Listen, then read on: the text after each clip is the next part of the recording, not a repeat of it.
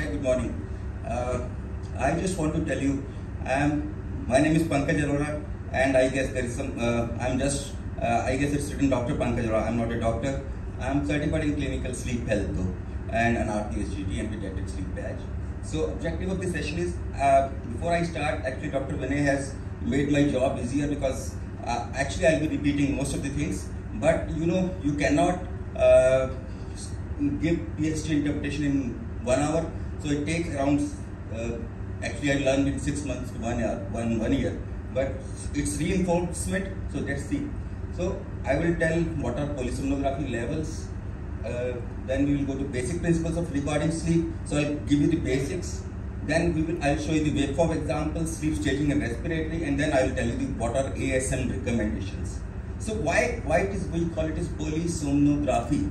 So poly means simple, poly means multiple, somno means sleep, and graphy means different graphs you see on the screen. That is why it is called as polysomnography. And polysomnography diagnostic levels are divided into 4 levels actually. So level 4 is a basic device which will give you pulse oximetry and flow. So it is called as polygraphy. Level 3 will have a pulse oximetry, flow, efforts, body position, and ECG also. So that is why it is called as cardiorespiratory screener also sometimes. It is also a polygraphy. So now come to level 2. It will have all the sensors which level 3 has, but it will also have EEG. So it means you can see the sleep stages, and that is why it is called as polysomnography. The difference between level 3 and level 2 is obviously it has an EEG. If you go to level 1, it has all the sensors which level 2 has, but it will also have a video. That is gold standard recommended by IASSACON. So it means somebody is attending the patient with the video, and he can go to the patient cubicle. So these are the same things. If you take airflow, SpO2, respiratory rate, body position, and snoring, it is called as polygraphy. If you add the EEG sensors, EEG, EOG, and chin-EMG to differentiate between REM and non-REM stage, it will become a polysomnography. And in between lies ECG and leg EMG. Yeah, so far so good. So now the question is, how will we score the stages of EEG as well as respiratory? So what we do is we see the EEG waveforms in 30 seconds epoch. What is epoch? Epoch is a page where we see different waveforms, and this is generally seen in 30 seconds for an EEG. So now, if you have to score respiratory events, you have to change the epochs to either 3 minutes or 5 minutes or 2 minutes depending on the doctor's choice. So this is how you will be able to see the apneas and hypoapneas. Now I will come to the basics of sleep recording, which is the crux. So how do we score sleep? So one thing I would like to tell you is, when you are looking at EEG, up is negative and down is positive. Very important. Up is negative and down is positive. So remember this. Besides EEG, obviously you need to look at EOG and EMG channels, the difference between REM and non-REM stage. So now if you see, this is an hypnogram of a sound sleeper. The easy pointers are, the patient will go, it will be 4 to 5 cycles per night, and duration will be 90 to 110 minutes. So the REM will come maybe around 90 to 110 minutes. So you can see when you are trying to score, it will generally come around this time. So one more thing I would like to tell you is, so you see basically if you see this REM is less, REM density is less during the initial stage of the night. It's increasing when you move towards early morning. Similarly, if you see the stage N3 is more during the initial part of the night, but you will not get more of N3 in the early mornings. The difference is, if you are scoring, REM will come more dense in early morning, while sleep stage N3 or deep sleep will come early night. So this is what you need to know. Then second other thing is, sleep stages N1 will be 5 to 10% during whole night. Stage N2 will be 45 to 50% of the whole stages. Stage N3 will be 15 to 20%, and stage R will be 25 to 30%. So these are the pointers which we should know. Then what will happen to the vital signs during sleep? The pulse, blood pressure, and breathing frequency and brain activity will go down during REM stage, during non-REM stage, while it will increase during the REM stage. So that's the difference. your blood pressure will increase, your brain activity will increase in the REM stage, while it is going to decrease during non-REM stage. And the major thing is muscle atonia. So there will be muscle atonia in the REM stage. So these are the pointers again. So what will happen to the vigilance activity? So this is again a pointer. When your eyes are open, when you are awake, you are more vigilant. But if you see, your frequency will also be high. You are more vigilant, your frequency is also high. But if you see, your amplitude of the frequency will be very low and there will be no synchronization, very less synchronization during wake stage. But if you go to deep sleep, like stage 3, if you see, vigilance is very low, frequency of EEG is very low, it means a low frequency, amplitude is high, and synchronization of the waves are very high. So this is again a pointer while scoring the stages. So higher the higher the vigilance, the higher the frequency, the lower the amplitude and length synchronization. So what is now coming to this stages? So how it will show you beta activity. Once you are in a wake stage, you will get a beta activity. So it means eyes are open, you are getting the beta waves. So beta waves will look like this. So it is irregular waves, small amplitude and spindle-like modulation. So now alpha activity.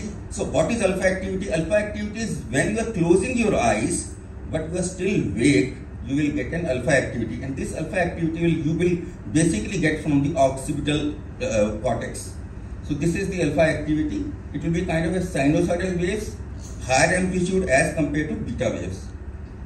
Now theta activity, which you get in stage N1 or in the REM stage, which will be kind of a meditation you are doing, more rhythmic, slow activity, and it is around 4 to 7 Hertz. Now delta activity we'll see in the stage N3, which is high amplitude, irregular waves. As I told you, when you go deep, the frequency will be low but high amplitude. So you remember this high amplitude, slow wave band 0.5 2 Hertz, 0.5 to 2 Hertz, and more than 75 microvolt. That's also very important to know.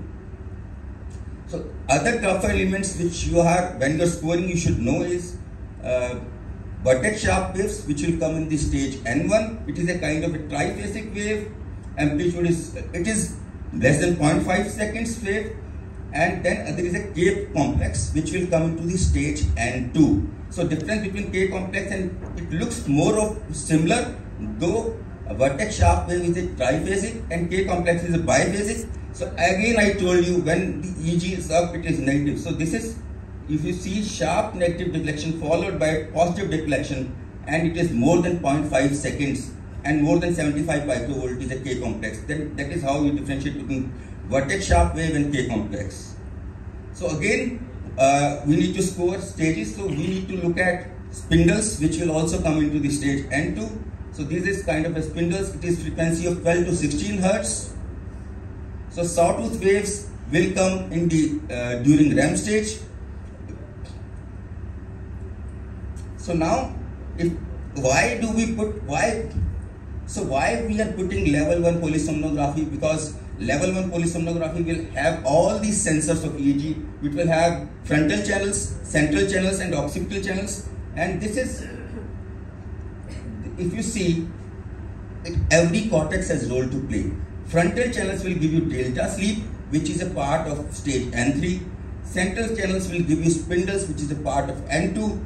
And occipital channels will give you alpha wave, which is a part of wake. In a whole, you will get theta waves, which will come from all the cortexes, which is a part of stage N1 or REM. So then again I told you, apart from EEG, EOG is also important to score. So this is how we need to put EOG channels on right canthus and left canthus, and you will see the slow eye movements, which will be part of stage N1 again. If you are getting rapid eye movements, which will be part of REM stage as well as during wake or wake stage, and you will also get blinks when the patient is trying to sleep and still wake. So these are easy pointers to learn. Again, you will get the chin EMG, which you need to score. So chin EMG will be higher. So chin EMG will be higher during wake stage, which you can see. And when you go down to N1, N2, N3, this chin EMG is getting actually down to low nadir, and that is how you differentiate between stage N1 and REM stage. So summary of sleep stages is like this. You say N1, N2 as a light sleep, N3 as a deep sleep, and REM stage is again will get theta waves, slow wave active, and sawtooth waves. So this is a very important slide to note. So if you see N1 have a theta activity to 8 Hz, N2 have theta activity with K complexes and spindles, while N3 will have delta waves and REM will have theta slow alpha and sawtooth activity.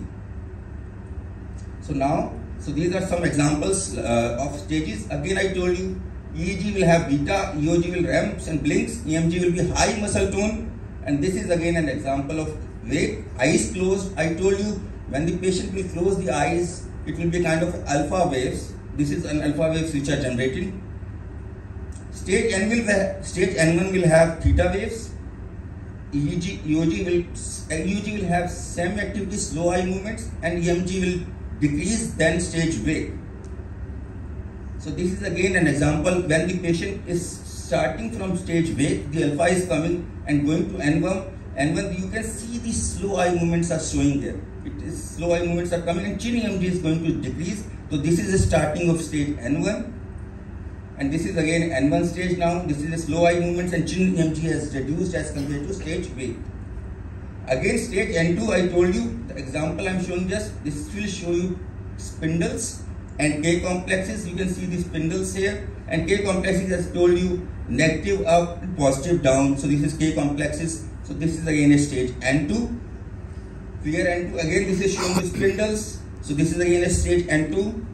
Stage N2 3, I told you delta waves, that is slow wave activity, and EOG. There will be no EOG movements during stage N3, which you will get in stage N1 or sometimes in N2, but you will not get any EOG in stage N3 until somebody is taking SSRIs.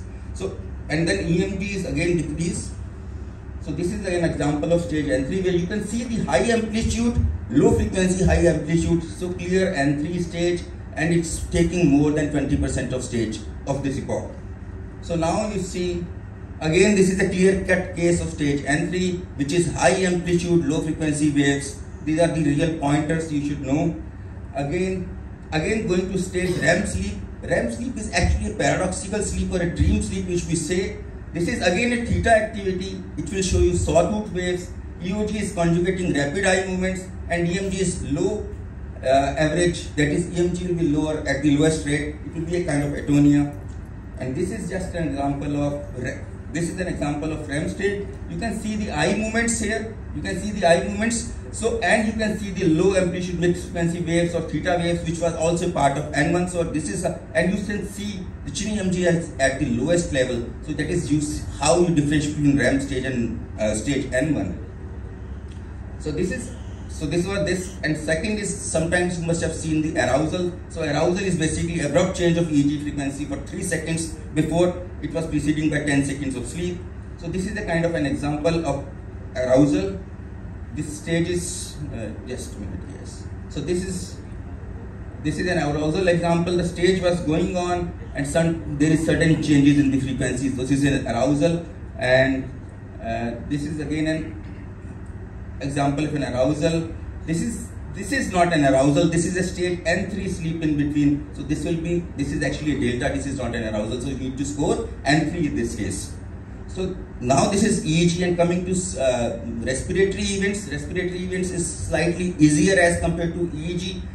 Simple is that you need to see normal is airflow. You can see the airflow, and respiratory efforts will be there. But if you go to hypoapnea, there will be decrease in the amplitude by 30% of the highest nadir.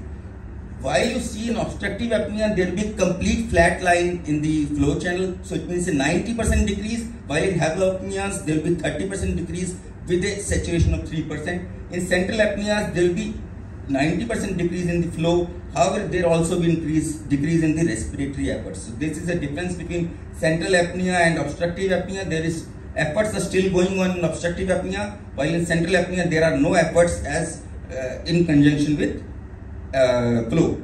In mixed apnea, there is nadir in the flow, but you can see after a nadir in efforts, you will see the efforts coming back. So this is an example of clear case of mixed apnea. So this is again examples of obstructive apnea. There is clear nadir. This is 90% less from the amplitude. There are still efforts. Patient is still trying to breathe. So it is, you can see there are still efforts, and though there is a desaturation, but please understand, there is, ASM doesn't recommend if there is desaturation or not. ASM generally will say if there is a 90% amplitude reduction in the flow, it is an obstructive apnea for 10 seconds. It has to have for 10 seconds. But if you see an example of hypoapnea, this is 30% reduction, but with a desaturation of 3%. So it has to be conjunction with 3%. So if you can see 96%, it has reduced 93%. So it is more than 3%. That is why it is called as hypoapneas. So this is an again example of mixed apneas. You can see there is a complete cessation of flow here. There is no rib, thorax and abdomen efforts, but now it has come back. So initial there was no efforts, but now it has come back. So it's a clear case of mixed apnea. So this is how you differentiate between obstructive apneas, hypoapneas and mixed apneas. So this is again a case of central apneas. If you can see, there is no flow, but there is no efforts also. So this is again a clear case of central apnea. So this is, I'm not going to change stroke breathing. This is again a central apneas with a crescendo pattern, which will happen for more than 40 seconds, and it should come for 2 hours. Then it will be called as chain stroke breathing. And flow limitations and RERAs are also part. Leg movements, obviously you need to score, so it cannot become compressed within the next 20 minutes. So I will just closing it. So ASM recommends frontal channels, e.g. you have to have frontal channels, central channel, occipital channels for staging, RAM as well as non-RAM. You have to have 2 EOG channels, chin EMG channels, ECG, 1 lead ECG. Then you have to have SpO2, heart rate, body position, flow from thermistor. You have to have rib belts to see the central apneas. You have to have snoring sounds as microphone, and you have to have a video to be called as a gold standard. So these are the sleep rate requirements. You have to have 140 square meter feet lab. It has to be accredited. It has to be noiseless room. Medical director has to be board certified, or technician should be RPSGT. It has to have a attached bathroom because patient will move to the washroom. And this is how the lab should look like. It should look like at home. Patient should feel that he is sleeping at home. The bed should not be like hospital railing bed. It should be a wooden bed. And that's all. Thank you very much.